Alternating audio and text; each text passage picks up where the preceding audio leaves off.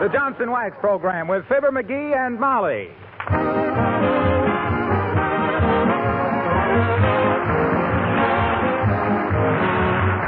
The makers of Johnson's Wax and Johnson's Self-Polishing Glow Coat present Fibber McGee and Molly, written by Don Quinn, with music by the King's Men and Billy Mills Orchestra. The show opens with It's High Time.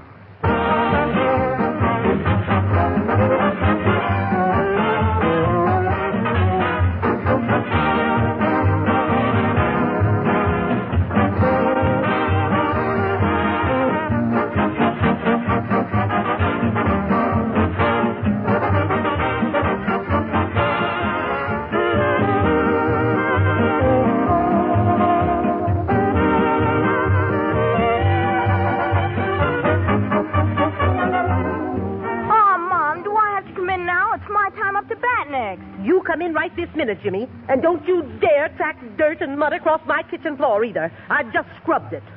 Oh, that's too bad, Jimmy. Too bad the game has to end, and too bad your mom is still doing that old-fashioned floor scrubbing.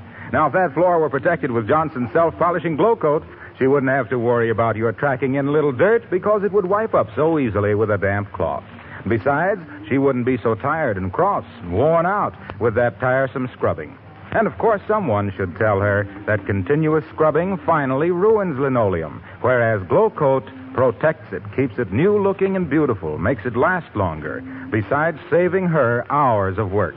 Glow Coat is self-polishing, needs no rubbing or buffing. Jimmy, why don't you ask your mother to buy a can of Johnson's Self-Polishing Glow Coat? She'll always thank you for it.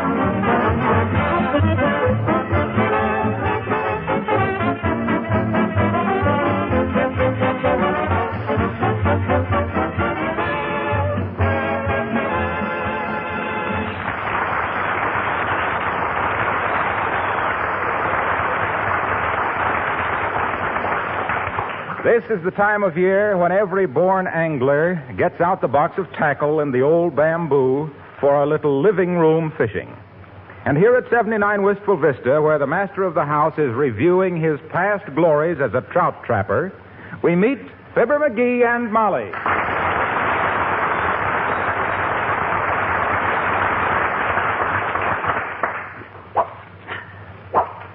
Boy, look at the whip on that trout rod, will you?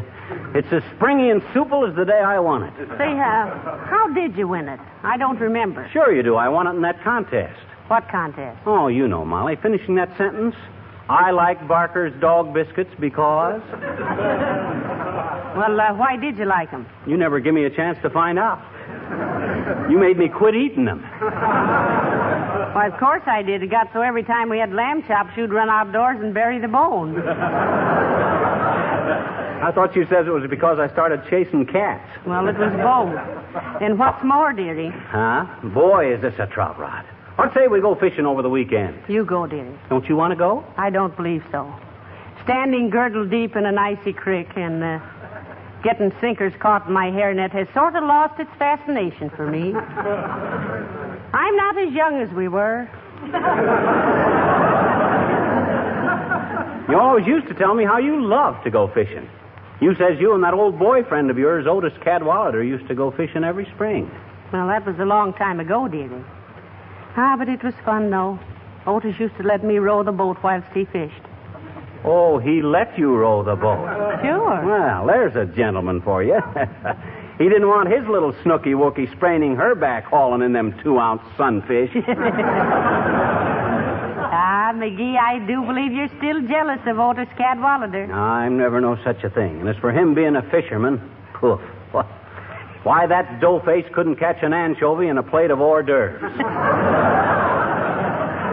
Well, everybody but you admires him. You know he started on a shoestring and made a fortune. Yeah, there's a heel behind every shoestring. Well, now, just because Otis used to be my boyfriend doesn't mean he wasn't a nice boy. Ever wish you'd married him instead of me? Not for a minute, dearie. Honest? Cross my heart. I'd rather worry about the grocery bill with you than about paying the yacht with him. You know that. Yeah, I guess old Otis ain't a bad guy. As millionaires go. And the farther he goes, the better I'll like it. You sure you don't want to go fishing with me? No, thank you. I got so many things to do around the house that I... Come in. Telegram for Mrs. Fibber McGee. Heavenly days for me. Yes, ma'am. Sign here, please. All right. There you are. Give the lad a quarter, McGee. Okay, here you are, Bud. Gee, couldn't you make it a nickel instead? A nickel? Yeah, I got some swell wisecracks for guys who only give me a nickel. Look, Bud, the reason vaudeville never came back is because guys would rather have a nickel and a wisecrack than 2 bits and a smart exit. Now, scram, will you? Who's it from, Molly? Oh, for goodness sakes, if this isn't a coincidence. What do you mean, coincidence? Does it say vaudeville is back? No, sir. It's for Motus Cadwallader. What's that smug mug sending you telegrams about? Some fortune die and leave him an uncle? Look, it's from Portland, Oregon. Well, that shows how ignorant he is. Portland ain't in Oregon. It's in Maine. Well, now there's another one in Oregon. Well, it could be the same one. I read in the sports section today that Cleveland is in St. Louis this week.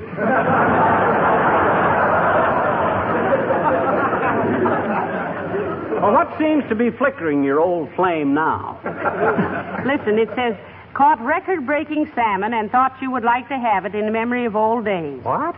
Am sending it Air Express arriving Tuesday afternoon. Oh. Regards to you and Stinky. And it's signed Otis Cadwallader. Well, Wasn't that sweet, McGee? Otis always was so sentimental. Why, he even remembered your boyhood nickname. Yeah, well, I remember his, too, but I'd get pinched if I ever sent it in a telegram. Say, how big would a record-breaking salmon be, dearie? Well, depends on what records it broke. If there was high jumping, and it'd be light and thin. If it was the shot putting or Oh, wrestling... now stop clowning. Oh, well. Would it be 20 pounds, 50 pounds, or 100 pounds? I don't know, 40, 45 pounds, I guess. What are we going to do with all that fish? Well, we can eat what we want and give the rest to our friends. He's sending it Air Express, so it'll be nice and fresh. Air Express, eh? That was the way the stork brought Otis, too, and look how fresh he stayed. Go call the airport and see what time the afternoon plane gets in here. Oh, okay. Give me the phone. Here. Thanks. Hello, operator. Give me the Wistful Vista.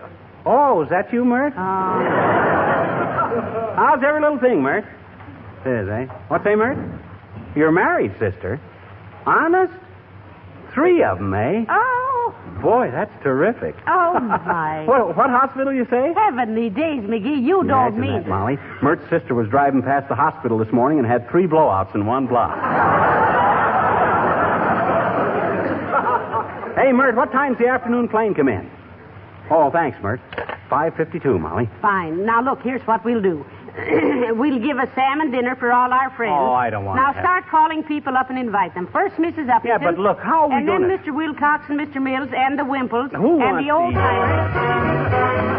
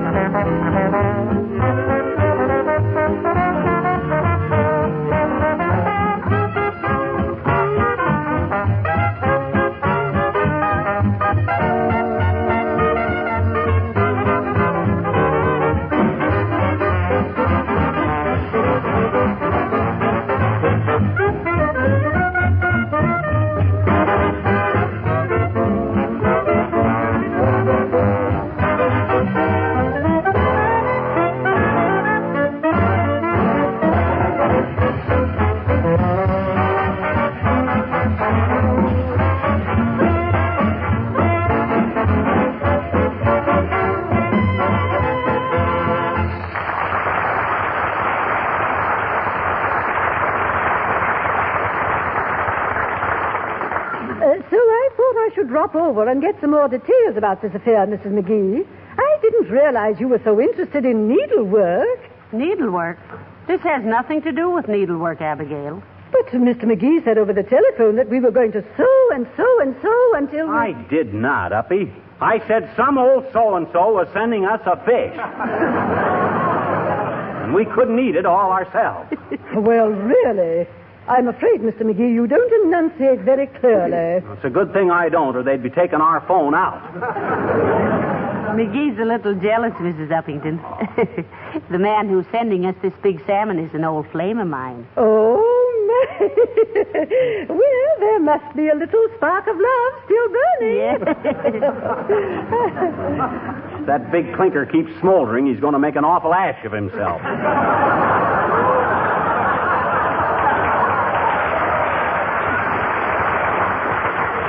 Now, McGee, just because you never caught a record-breaking fish... I'm not so sure he did either. I'll bet he bought a dozen cans of salmon and reconstructed it. Oh, tell me, Mrs. McGee, who is this fascinating chap? Fascinating my eye. He's got all the charm and personality of leftover spaghetti with meatballs. Well, his name is Otis Cadwallader, Abigail, and he used to... My dear, not the Otis Cadwallader, the millionaire sportsman? What do you mean, sportsman? That guy won't even play bridge unless him and his partner can wear headphones. Now, McGee, you're really exaggerating there. He and his brother wanted to hear Bob Hope that night. Yeah. So we, the people, lost $22. Say, how did you know about Mr. Cadwallader, Abigail? Oh, my dear, I'm constantly reading about him in the fashionable magazines. Oh, is he really as handsome as his photographs? Well, he's pretty good looking. Wouldn't you say so, dearie? Not even if I thought so. Not even if I thought so. And I don't think so. Oh, Mrs. McGee, you unfortunate girl, you. What? Why, Abigail? Oh, to think that you once had Otis Cadwallader in your grasp, and you passed him up for such a little... Such a little what? My, such a little time before dinner. I must be going. Goodbye.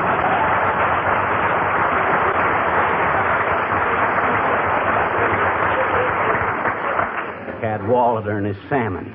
Got me talking like a salmon. Believe me, if I was still interested in a gal that had married somebody else, I'd send her something more romantic than a fish. Say, I never thought of it that way, McGee. It is kind of silly, isn't it? I'll say it is. What'd he woo you with? Bouquets of herring and a 10-pound box of Whitman sardines? Well, you and he were about even, dearie. Huh? Your idea of a beautiful courtship was a ride on the roller coaster and 5 boxes of Cracker Jack. That was quite a sacrifice for me. The roller coaster always made me sick. Why, of course it did. You ate all the Cracker Jack. Well, shucks, how can I? Come in. Hello, kids. What's all this about a fish dinner tonight? That's right, old-timer. We're getting a big fish from Oregon this evening. It's coming by air. Oh, flying fish, eh? No, it's a salmon. Oh. Well, what time we march up to the trough tonight, daughter? Well, now, that's not a very elegant way to express it, Mr. Oldtimer, but the fish will be here about 6, so we'll eat about 6:30. You'll be here? Oh, sure will, daughter. Unless some unforeseen circumstance comes up, and I don't know what it'd be unless my cousin Clarence comes in from Cincinnati. And he might, because he wired me to get him a date for tonight, and only one I could get is my gal's sister, and only she won't go out unless my gal goes too, and I wouldn't trust Cousin Clarence with my gal, so I guess I better go along and keep an eye on her. Sorry, kids. An unforeseen circumstance has just come up. Thanks.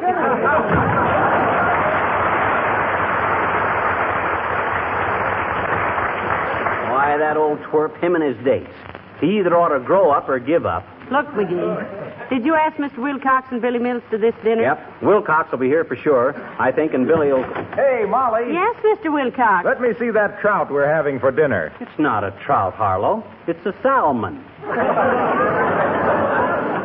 Oh, I thought it was a trout. Well, why'd you want to see it, Mr. Wilcox? Well, I was going to tell you the best way to cook trout. Oh, yeah? You were going to tell her how to cook. You tell him how to sell wax then, Molly. Well, now, don't think I couldn't. Could you really? Why, certainly I could. Look, Mr. Wilcox, every woman wants to be beautiful. Yes? So point out how much more time and money she'll have for facials and manicures when Johnson's Wax cuts down her housework and gives her more leisure and a bigger budget. You see? If they get more exercise, they wouldn't have such a big Oh, you mean budget.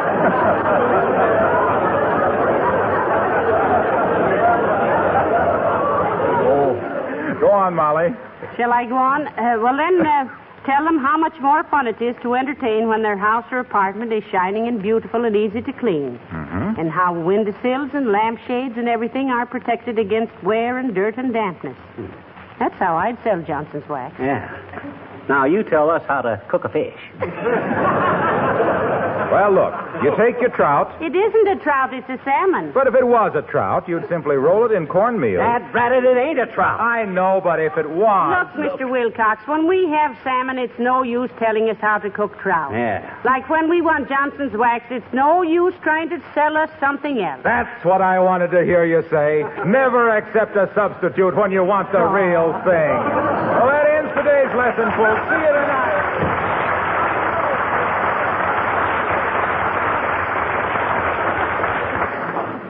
That guy should ought to have been a jockey, Molly. He rides a plug harder than Eddie Arcaro. I don't even believe he knows how to cook. That was just an excuse to talk about wax. I know, but let us remember. Oh, lettuce. That's what I've been trying to think of. Huh? McGee, run down to the grocery store and get me a head of lettuce. Oh, call him up and ask him to deliver it. No, you go get it. It'll give you an excuse to wear your new hat. Huh? Oh, that's right. Here, let me put it on. How's it look? Oh, wonderful. You look just like Anthony Eden. Well, better. I got more. Hey. Oh, heavenly days. What was that? Kids must be playing baseball next door again. Look, here's the ball. I'll fix them. Now, take it easy, dearie. You wait. I'll teach them kids they can't do... Hi, mister. Oh, hello there, little girl. Did you see anything of a baseball, mister? Did you, What do you mean, did I see anything of a baseball? You just busted our window with it. I know it. Willie Toop said girls didn't know how to play baseball, so I took his bat, and gee, baby, did I wham that old apple right out of the park.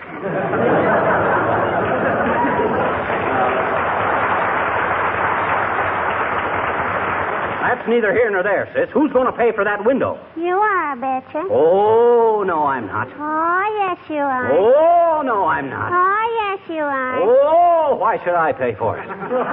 Well, we paid for the baseball. You ought to pay for the window. I see. Well, why don't I buy you kids a new ball, too, and some uniforms and new bats and masks and catcher's mitts and all stuff like that there? Gee, that'd be wonderful, mister. When you going to do it? When you going to do it? When? Dad, ratted, I'm not going to do it. I just told you... Oh, hey, Mr. McGee, you got a new hat. Oh, yeah. You like it? It's peachy. Gee, you look dandy in a hat like that. Oh, thanks, sis. I'm glad you like it. Here, take your baseball. Be a little more careful after this. All righty. Thank you, mister. I knew you wouldn't be mean about it, I bet you, on account of you look so nice in that hat. You really think so, eh? Mm-hmm. Here's 50 cents for a new ball, too. Gee, you're just wonderful, mister. And I didn't know you were so good looking until I saw you in that expensive new hat. Oh, it ain't so expensive, sis. It's the way I wear it. Oh. Here's a couple of bucks for your team. Get a couple of gloves. Gee, thank you, mister. Wait till I tell the kids. We'll make you mascot. We need a new one anyway. You do? Mm-hmm. The dog catcher got the last one. Oh. Well, thanks ever so much, mister. And I'm sorry it isn't wintertime so we could throw snowballs at your new hat because we wouldn't do it, I bet you. Well, that's mighty decent of you, sis. Well, it's a mighty decent hat, mister. Is it a fedora? No, it's a Hamburg. Hmm? It's a Hamburg. I'm hungry.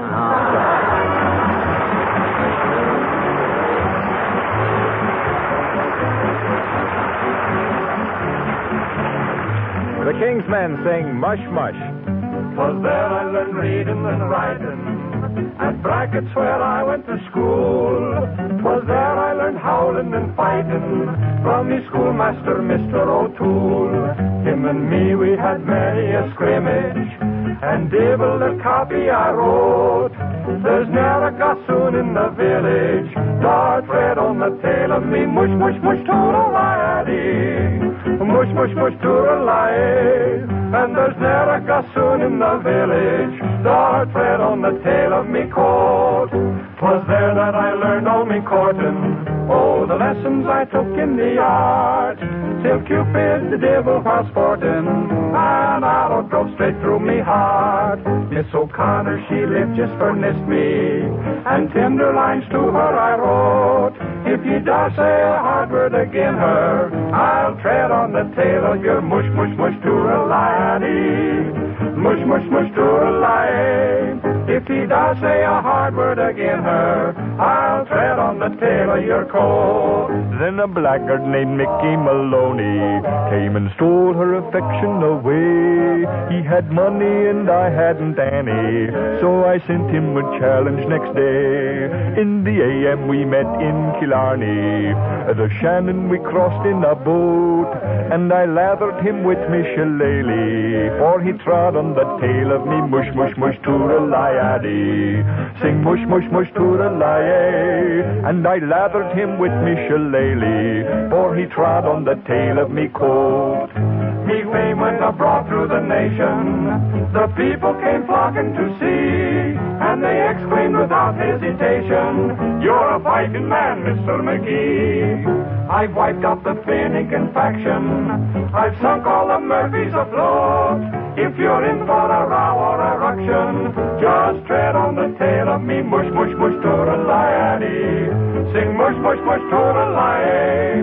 If you're in for a row or a ruction, just tread on the tail of me coat.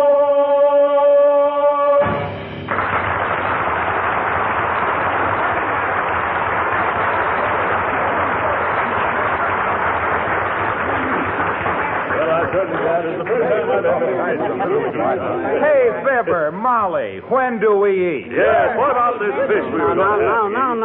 Now, take it easy, everybody. We just phoned the airport, and they says the plane was slightly delayed on account of rain. Oh, good heavens. What's a little rain to a salmon? Very good. Yes, excuse me, McGee. May I have a word with you? Why, sure, Gildersleeve. Just step over here for a minute. Hey, Molly, you better put out some more olives and potato chips. This mob's getting unruly. All right, dearie. What you want, Gildersleeve? Want to give me a cigar or something? No. I want to give you a little advice. Huh? The next time you invite people to a 6:30 fish dinner, have it at 6:30, will you? By George, here it is 7:15, and I'm so hungry that I... Now. Take it easy, Trusty. Well... We can't help it if the fish don't get here on time. I won't take it easy. I'm hungry, and when I'm hungry, I don't feel good. I've got a half a mind to walk out of here and go to a restaurant. If you had half a mind, you'd sit down and relax, you big glutton. Now, look here, McGee. Isn't it enough that you invite me out here and starve me without insulting... Oh, there, Mrs. McGee. Say, what goes on here? This, quote, guest, unquote, of ours is Ellie Bay aching about the delay. Well... Oh, for goodness sakes, Mr. Gildersleeve, it won't be much longer. Have some more olives. I don't want any more olives. I've eaten so many now, I feel like a pinball game. Don't worry, you ain't any pinball game. You can win with one of those. Oh! That settles it. I'm going home. Okay, go on home then, you big whiner. Why, you inhospitable little henhouse Hibernian. What do you mean, henhouse Hibernian? Shanty Irish, but he cleaned it up.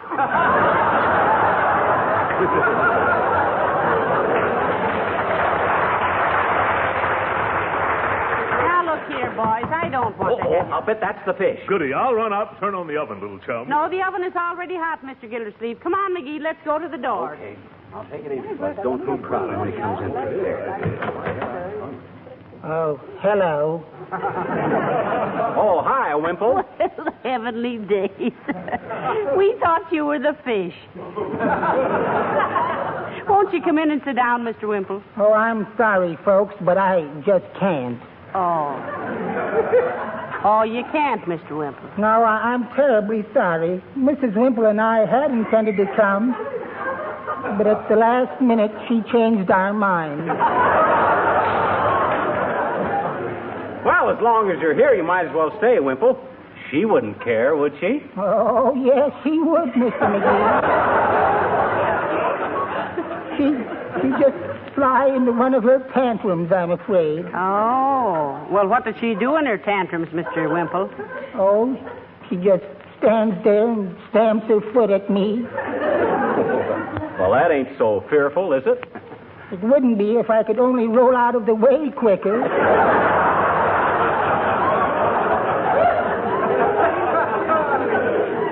Well, I'm sorry if I've discommoded you, Mrs. McGee, but Mrs. Wimple and I have decided to spend a quiet evening at home. A quiet evening, Wimple? Yes. My wife is going to read to me. Oh. Well, now, isn't that sweet? What does she read to you, Mr. Wimple? Oh, the usual thing. The Riot Act. Good night.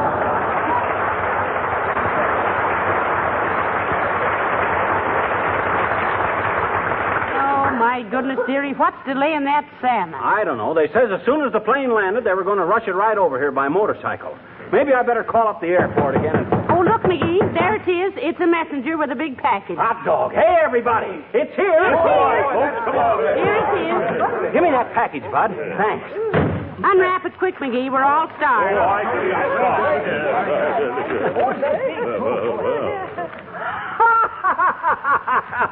Hey, look. What is it, McGee? Let me see it, McGee. Well, heavenly day. Hey, look, folks. It's stuffed. Oh, my goodness. Stuffed and mounted on a board. Hey, quiet, everybody. Wait a minute. Here's a brass plate on it. What does it say, dearie? It says, to my schoolgirl sweetheart, Molly McGee. Every time you look at this, please think of me. Signed Otis Cadwallader.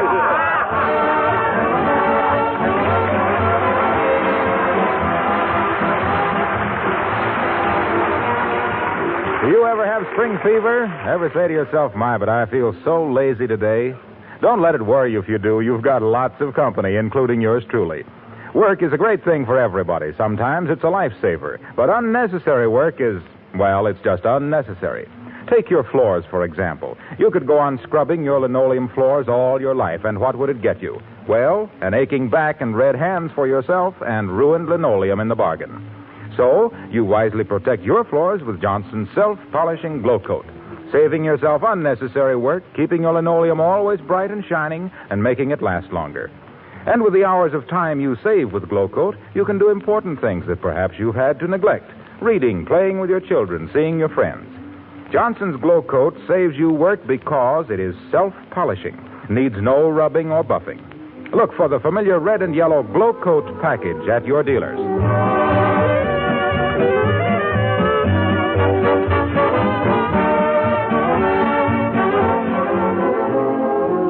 Ladies and gentlemen, United States savings bonds are now on sale in post offices and banks everywhere. Buy as many as you can and be assured that your money is as safe as the nation itself. The country is banking on us, so let's bank on the country. And if you're one of our neighbors in Canada, buy war savings certificates. Good night. Good night, all.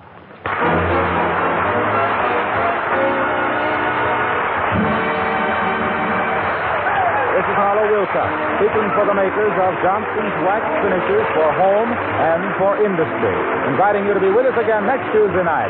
Good night.